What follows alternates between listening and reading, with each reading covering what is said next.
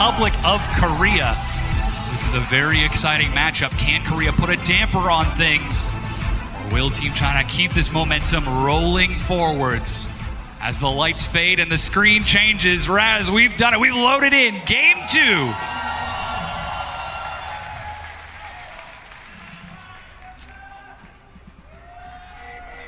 Now here's what's important. Of course, the composition from Korea does mean that they have to be in tune with each other. Kindred, if you can find the proper counter ganks, of course, or supporting bottom lane if they need protection from a dive.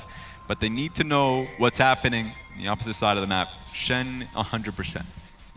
But for China, it feels kind of like a horror movie where they're trying to isolate you, put you in solid in the side lane. So Akali is great on side lane up against the Shen. Same can be said with the Irelia as well. And we've seen how Uzi ends up playing with the Kai'Sa.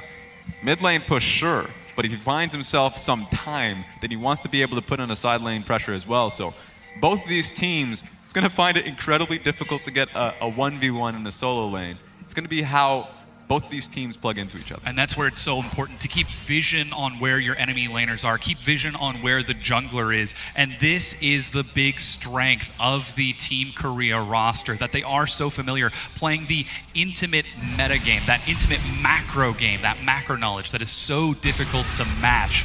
Very well could be a strength for them in this matchup if they're able to pick and choose which lanes they want to send that Shen to, send that Galio to. But still, we've got to get through that early game before we start reaching that split push period.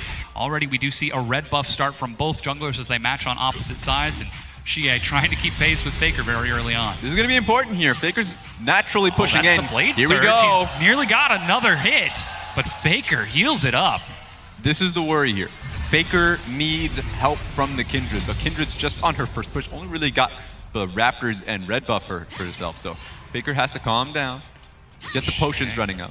Yeah, Xie's feigning with that blade surge. He's got his stun prepped up as well, using both of the refillables alongside that Dark Seal to keep him topped up. And Score will show himself on a ward to try and dissuade Xie from stepping up in the mid lane because he's still hungry for that kill. That's the thing. You see where the Kindred is, but Kindred cannot get pulled into the mid lane. That would be distracting. That's the stun and the blade surge. A good knock-up, and Xie decides not to chase. Actually, he goes under the turret, taunted, forced to flash back.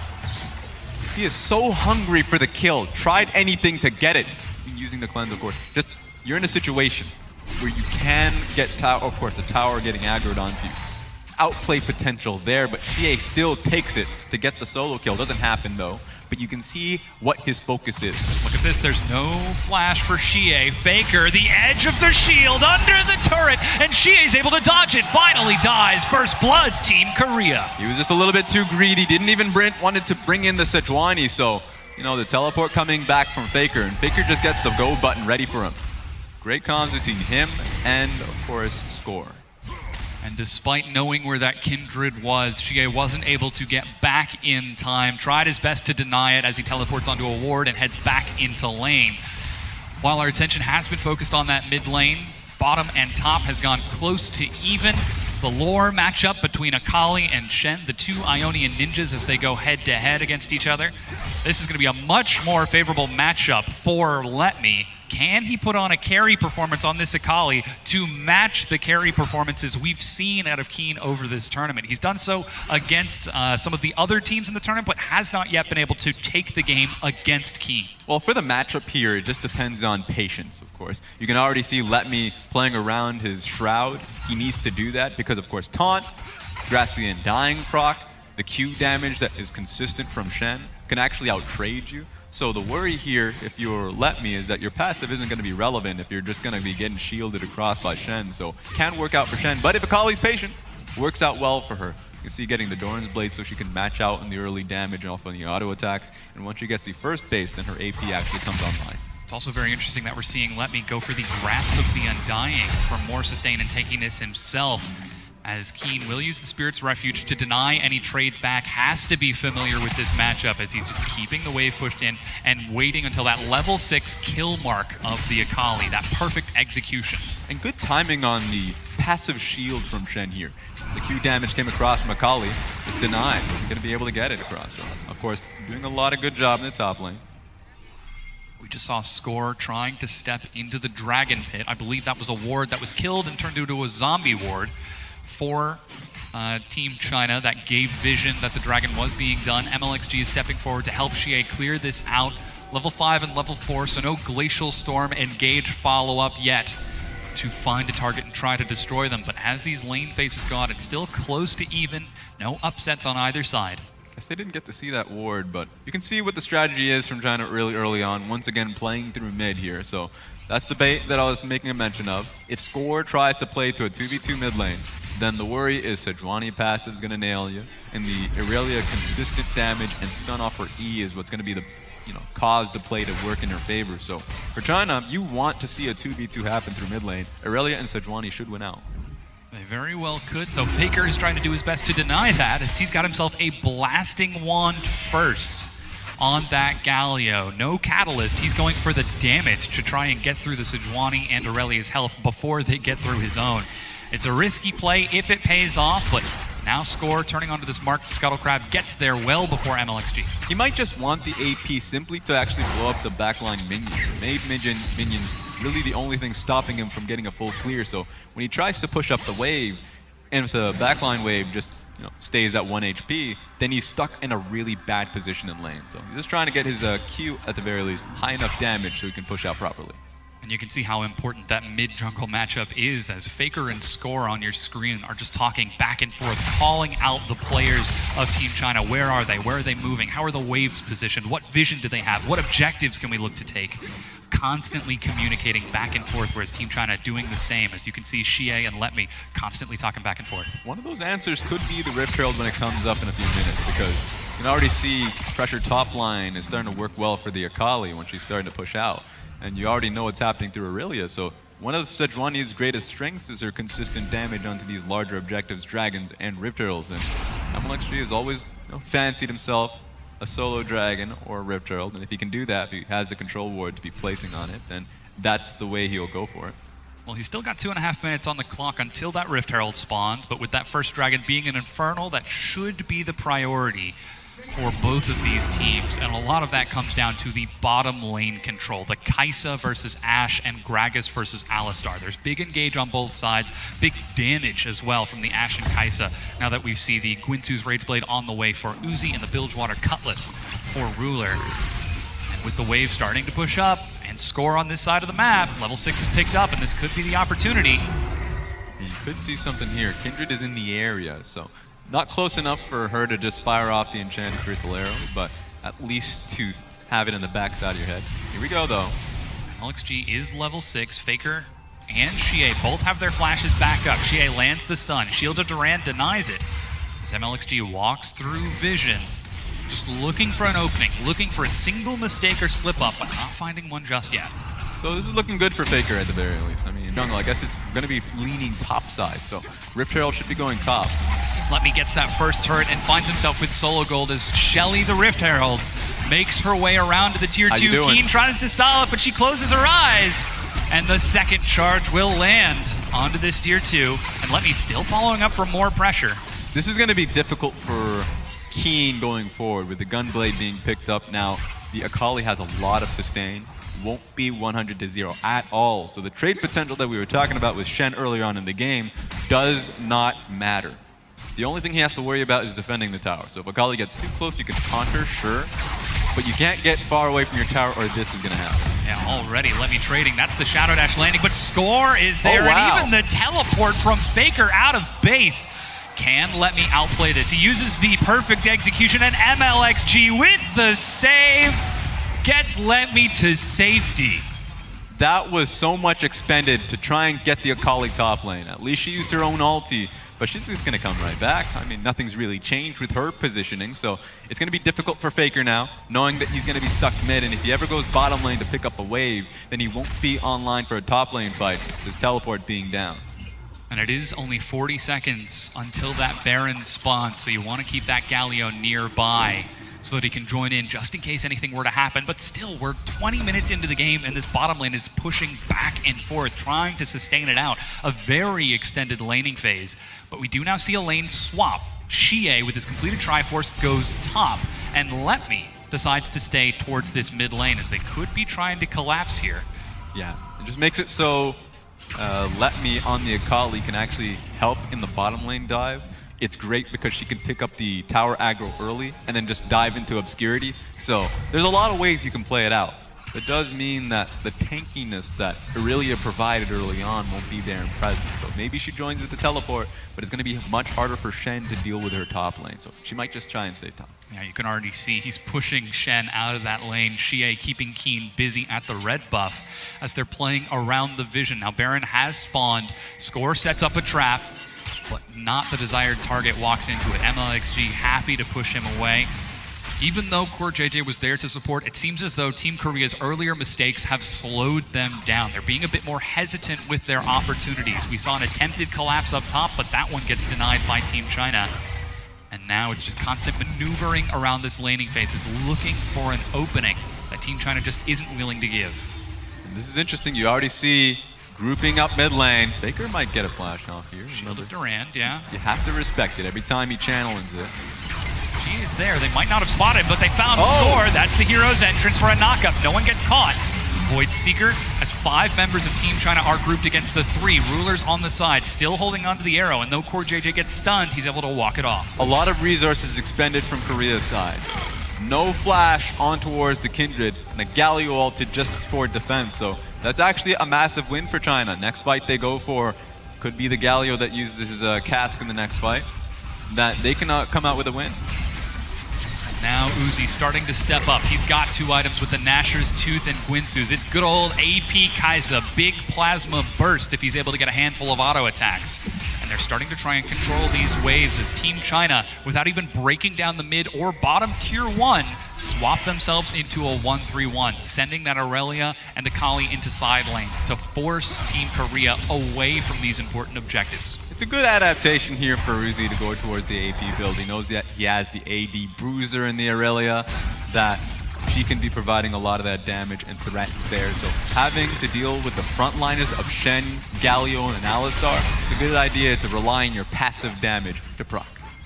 And we're still seeing them try to utilize that damage against these turrets. It's a little bit slower because of the raw stats being put towards the passive instead of towards attack damage or attack speed, but that does mean that he can step up in between these waves and start working on that mid-tier 1 turret. Still the split push. Faker's up top. Keen is down bottom.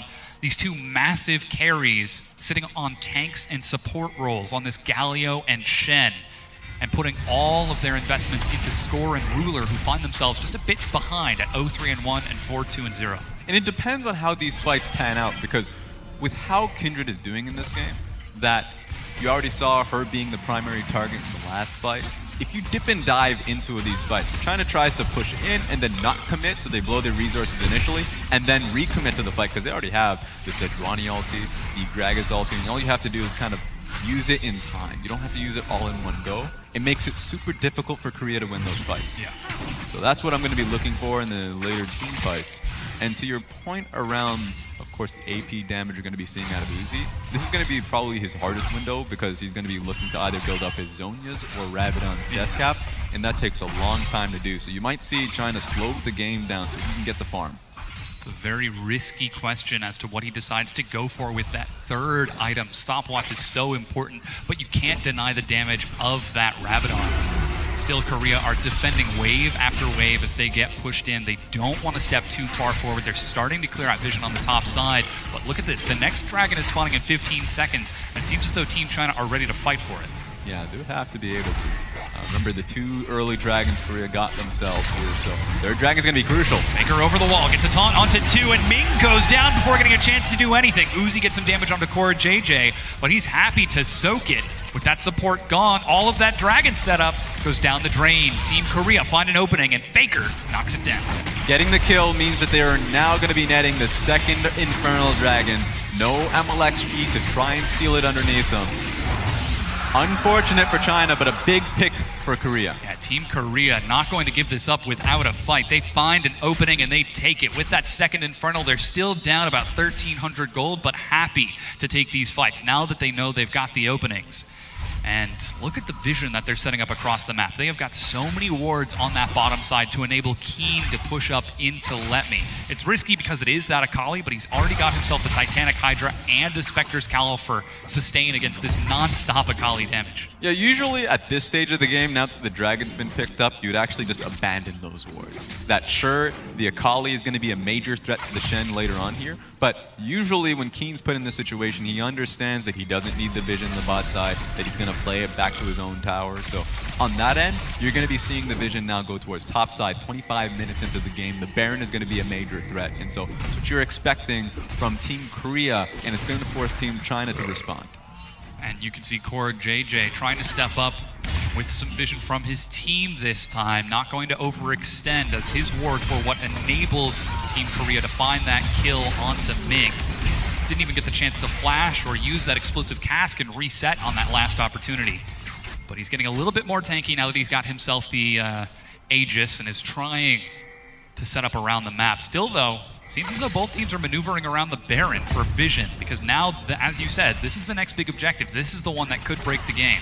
Sejuani has great Baron damage, Kai'Sa has great Baron damage. They can burst it if you don't give them the amount of respect they deserve. So it makes a lot of sense for Korea to be hovering over it. Every time mid lane pressure is pushed out by China and they move towards the Baron first, Korea is there just in case. And now they might be trying to collapse on Xie. He's trying to play the 1-3-1 strategy, but Letme is having some difficulty pushing bottom against Keen, especially now that the adaptive helm is also finished. That's going to put a damper on Uzi's plasma stacks later on. And still just setting up these traps, trying to bait Team China forward and play around this vision.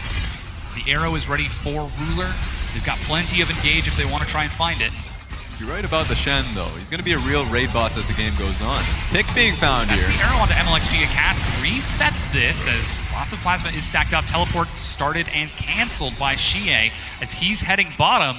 And that gets Korea into the mid lane a little bit faster than Team China, and they break down the mid-tier 1 turret, their first of the game. Crucial objective to take mid lane if they're trying to get the Baron vision. Means that they can actually put down deeper control wards in the blue side jungle. So good win from Korea. Just having to expand a few abilities. The Enchanted Crystal Arrow, but it has a low cooldown. And this is the Team Korea's pedigree of being so patient, waiting for the right opportunity. Oh no. For Team China, they might be caught out here. boyraja finds the knockup, flash from Ming to get out of there. MLXG on the side. He gets over the wall as Xie is left all alone. The turret is already down. He splits off and flashes away. Team Korea, despite losing the laning phase, losing those kills early on, continue to find these openings. Yeah, that was a great opening from boyraja to look for a headbutt pulverize. He gets the flash, which is nice off the Gragas. We're gonna have to see if he can ever kind of convert that. Oh. Ming is on the side. He's found Faker. Manages to get the body slam onto boyraja. He's got the ultimate. A cask knocks him back. They're going for the plasma, trying to kill the support. Faker goes in. MLXG is low, but goes golden. And there goes the Lamb's respite. Letme's ready to get into the fight. Uzi's trying to kite it out on the back, but he can't get through Keen. Letme steps forward and goes down. Ruler survives in the back, leaving Uzi as the sole survivor. Flash, slow, the arrow, long range will miss as Team China lose 4. So well played from Korea, especially Score coming in with the Lamb's respite. So there is no way for you to net the kill on towards boyraja, and at the very least extend the time so the entire 5v5 comes through. Akali tries to come in with a flank, but just completely denied. No way for her to really carry out a longer fight without obscurity. As we said, it is so difficult in those extended engages, but now Team Korea, they found the opening, and they're turning onto the Baron. Ming making his way out of the base, and there is no chance unless Uzi can land a Miracle Void Seeker. You can hear the fans chanting as they take it down. Team Korea find themselves in the lead. A good response, and it really all starts on the support battle. You know, it's always fun to see the support fights. You see the crowd getting into it. It was a good catch to Ming, which turned into a great catch to boyraja as you throw the cask into it.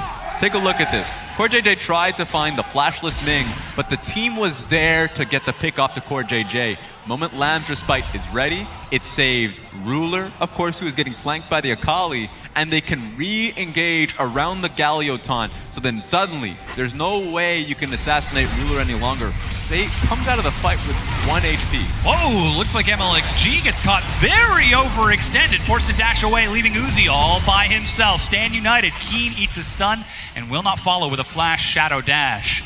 As Team China now forced to back away. Dragon's up in 30 seconds, and the stun will stop Team Korea from following, but looks like they've already got the Baron, they've got the wave prep bottom, and they're set up for this Dragon. Great cast from Ming to stop Sejuani from, dying, falling in the hands of Korea. At the very least, Korea can go back and get the Dragon now. They just keep trying to fish for a kill. Yeah, if they so desire. It seems like right now they're going to focus on turrets. We're 30 minutes into the game, and that's now the second turret being taken by Team Korea. This laning phase has been stalled and slowed so much by Team Korea to hold on to their mid lane, to hold on to their bottom lane, and despite the constant splitting from Xie and Letme, they're just not able to do anything, as that is triple Infernal Dragon for Team Korea. There we go, team fight ready, and with the next one looking to be the Elder Dragon, there's no way you can team fight into the Korea. You have to be creative about it.